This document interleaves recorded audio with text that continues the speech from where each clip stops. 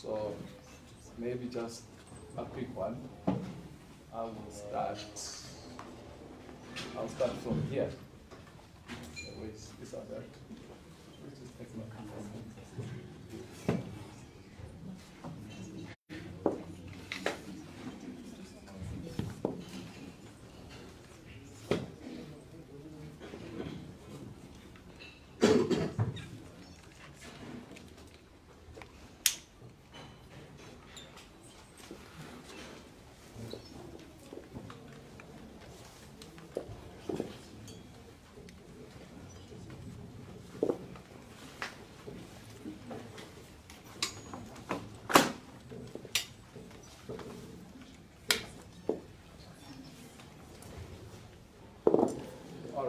I realize that maybe we're too many for introductions. We'll end up spending the whole day here. Yes. But maybe what I will do for the benefit of the media, I'll just introduce at least the ones seated up front here. Then we will get to know you as you ask us different questions. We have Honorable Priscilla, but we all know she was our President's Chief Election Agent and Campaign Manager. And she's here with us today. We also have Chief Ndogo, who's our Treasurer General in the party. Then we have Fungai, who is the Youth Chairperson. And then we have Madam Monzora, who's our Women Assembly Secretary. And then we have the National Chairperson, Honorable Khupe. And then we have our Vice President, who is Honorable Kutu. We have our Women Assembly Chairperson, who is Madam Bebe. We also have our National Organizing Secretary, who is Yvonne. I noticed that more people are coming who are in our leadership. Honorable Sibanda, who is the Women Assembly Chairperson from Matebeleland North.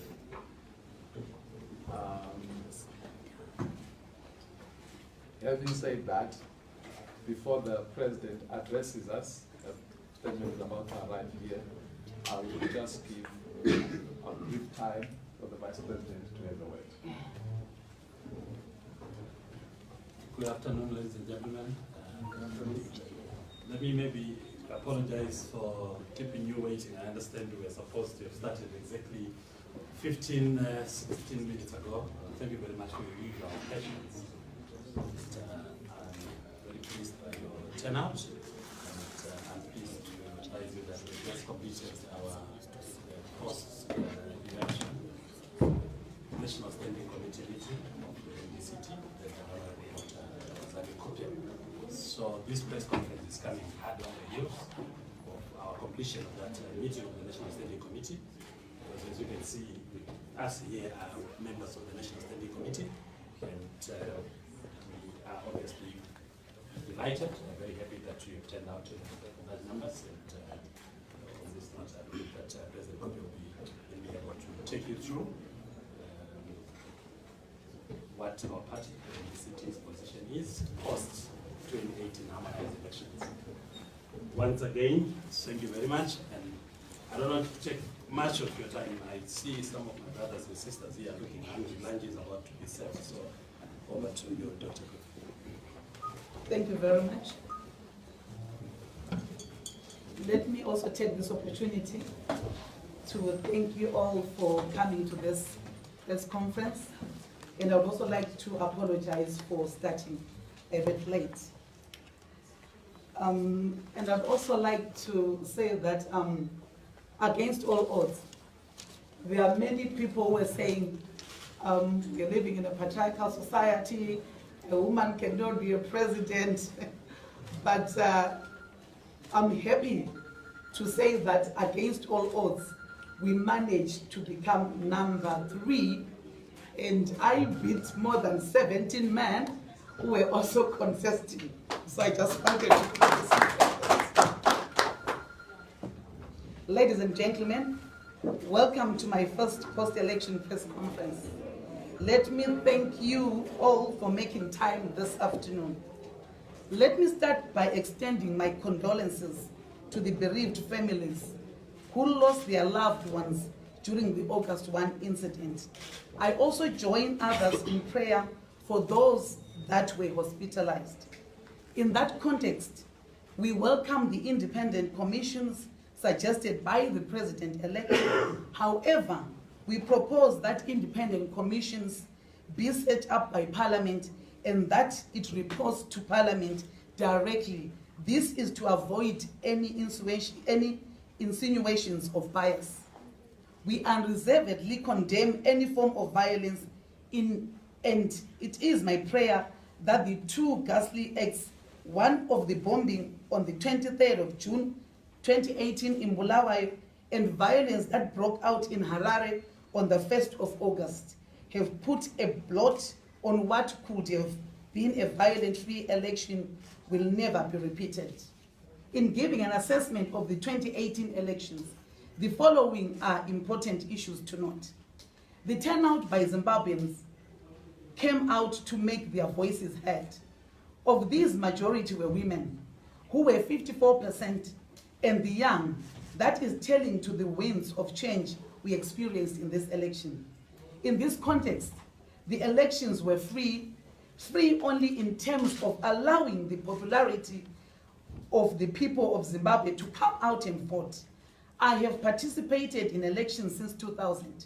I can honestly say that this was my first ever election where I have slept in my bed. In the majority of cases since 2000, we never slept in our homes. We would move our children to South Africa, and my twins, I moved them out of this country in 2002. But in this particular election, I want to honestly say that we did not have any problems. I slept at my house. Most of our candidates were sleeping in their homes. So this is the freeness that we experienced as a political party. Whilst as a party we hail same problems of violence, skirmishes, all of which were with our erstwhile cousins, we can safely say this was largely a peaceful election. The fairness that we would like to talk about is that resources for polling agents, we were the only party that raised the issues of agents. Out of the 210, only 112 constituencies had agents. When we started raising the issue of polling agents, we said polling agents enhance the credibility of the electoral process. And therefore, it was important that we have all the 11,000 polling agents in all the 11,000 polling stations, because polling agents are monitors, they are not observers. Yes, we had so many observers, but observers just observe an election, and if they find anything wrong, they can only talk about those things after observing. But polling agents, if they observe something which is not right, can raise that issue, and they have every right to stop the electoral process. Hence why some of us were saying our major concern was the security of the vote, and the security of the vote was only going to come when we had all the 11,000 polling agents from beginning of voting to end of voting, because these are the people who are going to say how many people came into this polling station, how many people voted. These were votes which were counted. These ones were gotten by this other political party, or these ones were gotten by the other political parties. But unfortunately, in some polling stations, we did not have polling agents. And I think it is a testimony of other political parties who are also crying foul that they did not have polling stations, hence why they cannot produce all the V11 forms. On the media, both public and private media were biased. Public media only came to the party late. We were the first party to launch our manifesto, and yet got 30 seconds coverage. In some instances, even the private media, where we had advertised with the little money we had, took it upon themselves to abuse and demand and demean our candidate. Credibility of the election. ZEC was administratively disorganized. There was very little time given to voter education, which might have led to a high percentage of spoiled votes. 3 days to the election, the voter education materials were still outside. Nomination was not consistent as there were different standards and rules. Public relations and communications was very poor. Centralization of ZEC, including accreditation of my own chief election agent in Bulawayo, was difficult as they wanted it to be done in Harare. Lighting system at polling stations was very poor. If you look at some tents didn't have lights, people had to use candles. In the rural areas it was even worse because most of the schools do not have electricity. So people had to use candles. Some of them tried to use their phones, but batteries went off. So the lighting system at polling stations was very poor. Vote buying. There was open vote buying which was reported to ZEC, and ZEC did not do anything. For instance, in Kai, there are certain people giving people $10 to say vote for this particular candidate. And there was maize which was given to everybody, during that particular period. And these particular incidences were reported, but nothing was done. The security sector. This was our major concern. Our assessment before and during the elections, the offhandish approach displayed by police as if they were sucking from the core military intervention. It was clear the army and the police were in different spaces. This remains our main concern. As you know, at some point we attacked at the Supreme Court. In full view of the police, they marched and they never, did anything. And I think with what happened on the 1st of August, you could see that there was a laissez-faire approach, and this is the reason why it resulted in the casualties that we had. So for us, we've had problems with the military, with the security sector. The way forward. This election was a legitimizing election. Our problem has been the issue of illegitimacy. The question for every Zimbabwean is what we want the next 5 years to be about. The choice is very clear. We either can continue to be a divided, polarized nation, engaging with the international community as a divided nation, or be united. I have one common goal. It is, in this light, the president-elect is advised to immediately after inauguration call a meeting of the 22 candidates and give them an opportunity to speak to a common vision. Please note, my party is not calling for a government of national unity, but for a common purpose and an opportunity for those that wanted to be part of the elections. We need to show the world that we are together in the quest to change the lives of our people. We need to have a non-toxic, non-contentious discussion on electoral reforms now as we have an evaluation of the elections. The international community needs to give Zimbabwe a chance, including assisting in the retraining of the security sector in being civilian forces.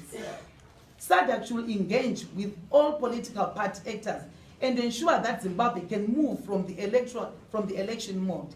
I implore opposition parties to understand that elections can have preconceived results. It was a mistake to raise expectations that we may not be able to live with.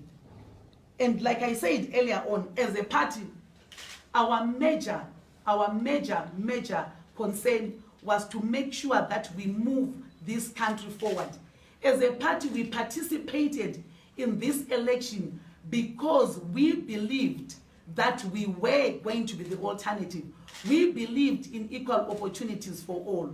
We believed that we were the party which was going to ensure that every Zimbabwean is given equal opportunities.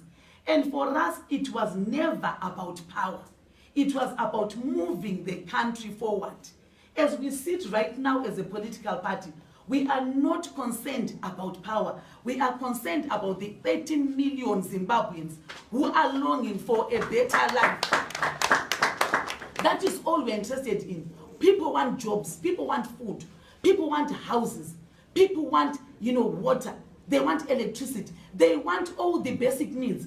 And they can only get those basic needs if we are united as a country. As Dr. Thokozani Khupe, my plea to all Zimbabweans is that let us unite as a nation for the sake of all the 13 million people in this country. it should not be about Thokozani Khupe, because I contested as a presidential candidate, and therefore I am supposed to be the president and no other person. Let us look at those people who support us. Let us look at our followers. Let us look at every Zimbabwean. So our plea as the MDCT is that we want to move this country forward. People have suffered for a long time. Zimbabweans have gone through untold suffering for a long time, and now they want a relief. They want a better time, a better life. We want our own currency as a country. We want industry to open so that people have got jobs. We want everyone to enjoy being a Zimbabwean. And this is what we are calling upon as a party. We are saying, let us unite as a nation and move our country forward. So this is our message to every Zimbabwean. And I would like to thank all the Zimbabweans who voted in this election. Like I said earlier on, the pre-election period was very peaceful. I don't remember of any incident. There might be incidences here and there, but generally speaking, because I do not want to exaggerate things or to try and come up with certain perceptions, because I have contested in elections since 2000. I know what I have gone through, and comparing with previous elections, honestly speaking, in this particular election, I think we enjoyed, the freedom of going to vote. Yes, as a party, we have raised issues with ZEC. There are things that they did not do to our own satisfaction and to the satisfaction of many people. Those particular things happened. But however, we are saying, for the sake of moving this country forward, it is important for us as political parties to come together, put our heads together, put our minds together, and make sure that we move this country forward for the sake of every Zimbabwean, for the sake of our country, for the sake of oneness, for the sake of us having a better life. So this is our message to every Zimbabwean and to all of you. I thank you.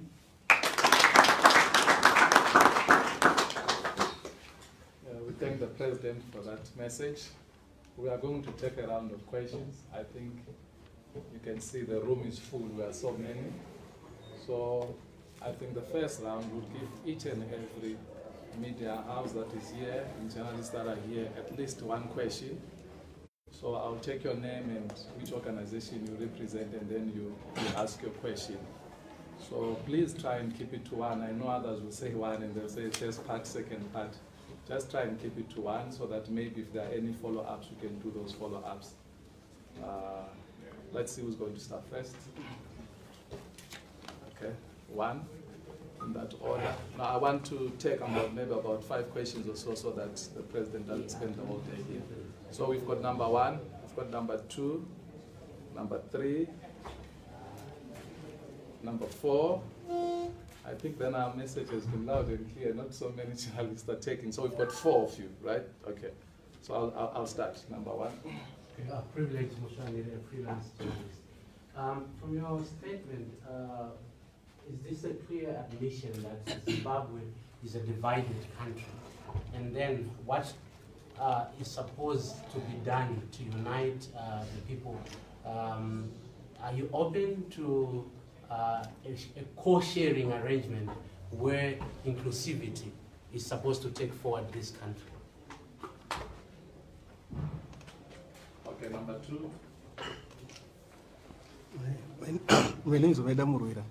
My question is, some political parties have alleged that ZEC has rigged this election in favor of some other candidates. As a party, what's your view about claims that ZEC might have rigged the election? Number 3. Yes. Okay, my name is Wosam Viringi, an independent media practitioner. I want to start by thanking Dr. Thokozani Khupe for her eloquent speech. Thank you so much for your positivity. I just wanted to find out if your party participated in the verification process, and were you satisfied with how the verification process went, and what could be your view on other parties that are disputing the whole process, yet there is no shred of evidence availed to the contrary? Thank you. Number 4. My name is Robert. You said the president-elect should call for a meeting or other presidential candidates that contested in the 2018 elections. If you are invited to Thokozani Khupe to form the government of national unity, are you willing to take up that proposal? And if not, why?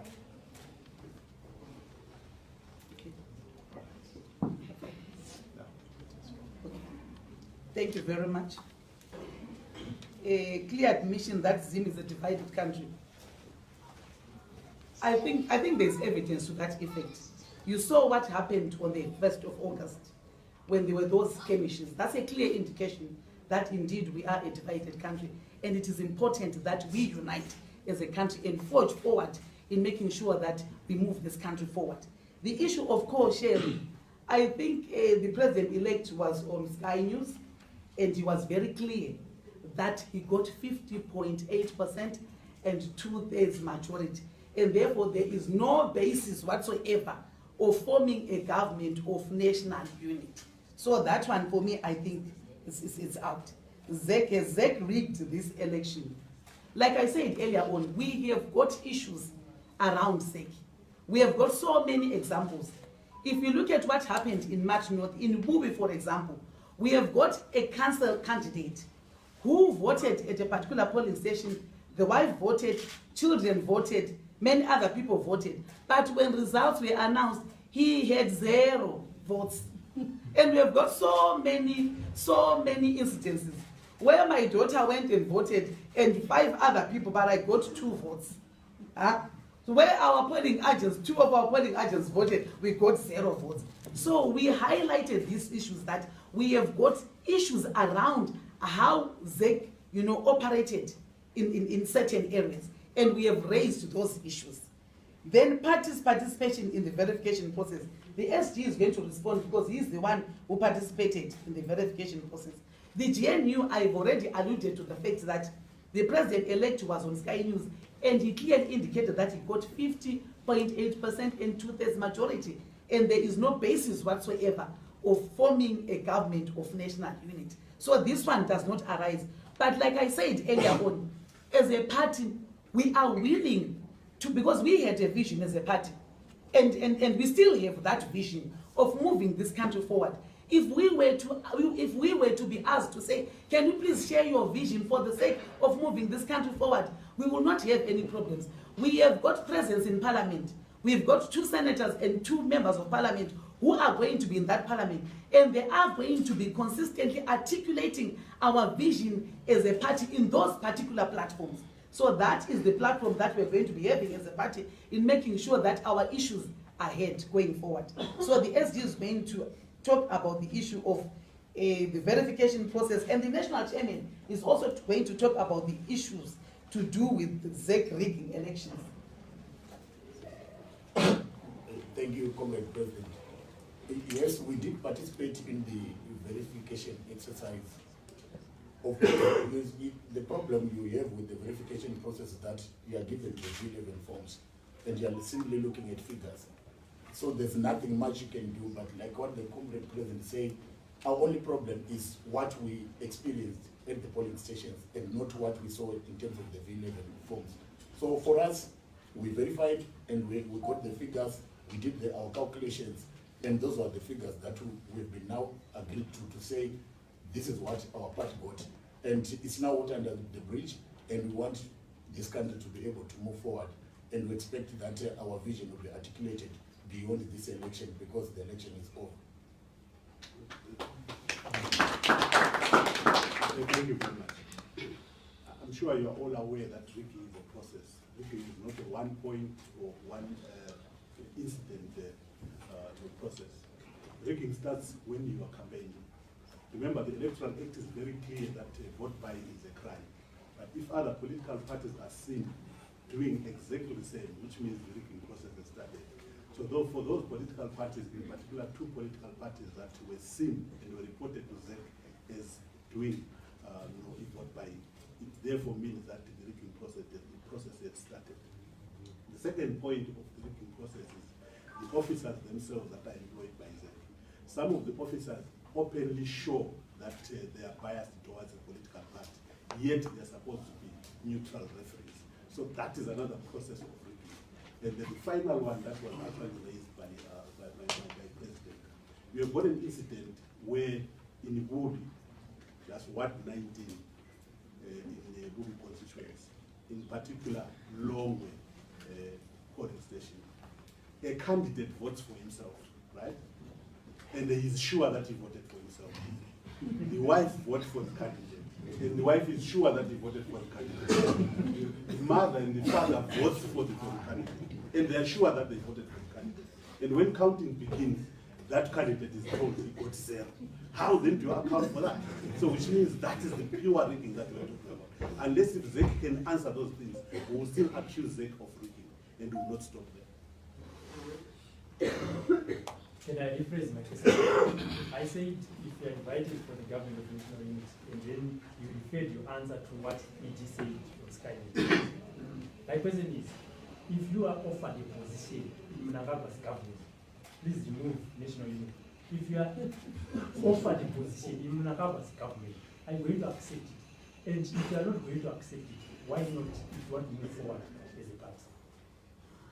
I was a presidential candidate. I don't think that I'll be offered any position in that government. On what basis? This is why I said, as far as the Constitution of Zimbabwe is concerned, it says a person who receives 50 plus 1 is duly elected as the president. And therefore, there is no basis of any GNU at all. So I don't know. And what I can say is that we are going to cross the bridge when the time comes. If we are invited, we will sit as a political party and decide on whether we are accepting the invitation or not. So I think we are going to deal with those issues when they happen. But for now, we have not been approached. No one has approached us. But when it so happens, we are going to sit as a political party and decide on the way forward.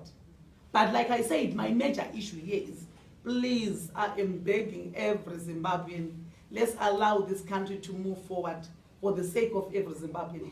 This is my plea to all Zimbabweans. Okay, so we're taking second rounds, or it's a follow-up question?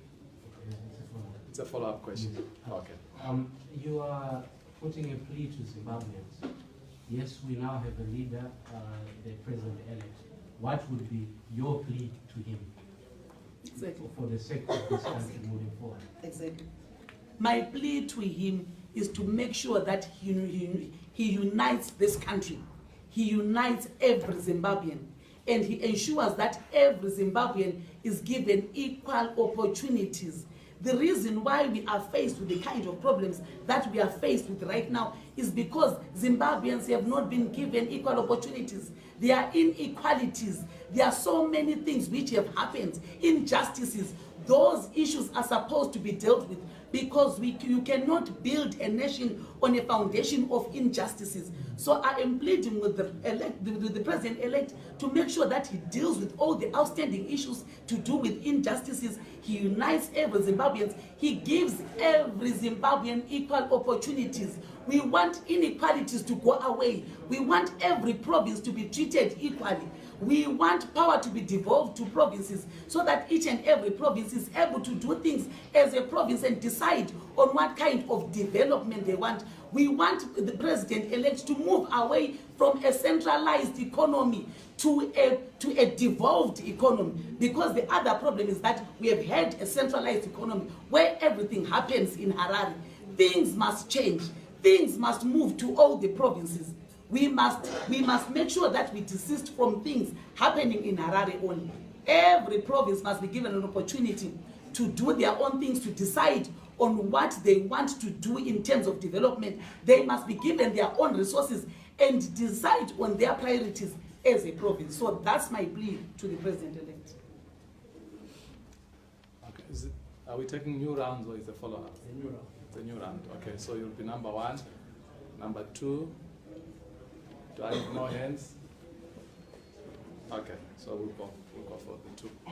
Dr. Khupe, we have heard your plea to the president.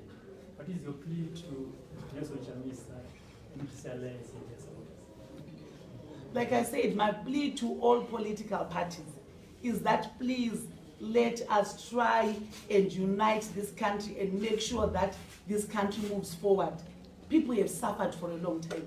People have not had jobs for a long time. Zimbabwe is highly informalized with more than 5.4 million people in the formal sector. I don't think that this is the Zimbabwe we want. Zimbabwe used to be the Sunshine City. It used to be the breadbasket of Africa. It used to be the jewel of Africa. And we are saying we want to get back Zimbabwe to its former glory. We want to make sure that Zimbabwe is the envy of the whole world like it used to be. So my plea is that please let us all unite and move this country forward, because we all want a better life. Every Zimbabwean wants a better life. And I think that there is always the next time. I, as Thokozani Khupe, did not do well this time around. And I hope and trust that come 2023, I'll also do the best that I can, so that I am also elected the President of the Republic of Zimbabwe. I'm very happy that I came third, regardless of whatever happened. Like I said, that people are saying we live in a patriarchal society, but I have demonstrated beyond reasonable doubt that I can also beat men. I think I beat 17 other men.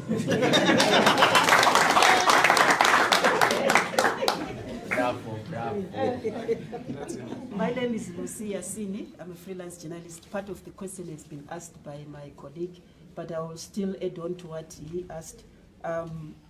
So you are pleading to the nation as well as other political parties, but we have a process that is being taken. They are taking the case to the courts, some of the opposition political parties. So are you saying that process, if it were you, that process should stop? I'm not going to comment about other political parties' processes. We have got our own processes as a party. Like we said, our PR was not included, and we have taken that issue to court.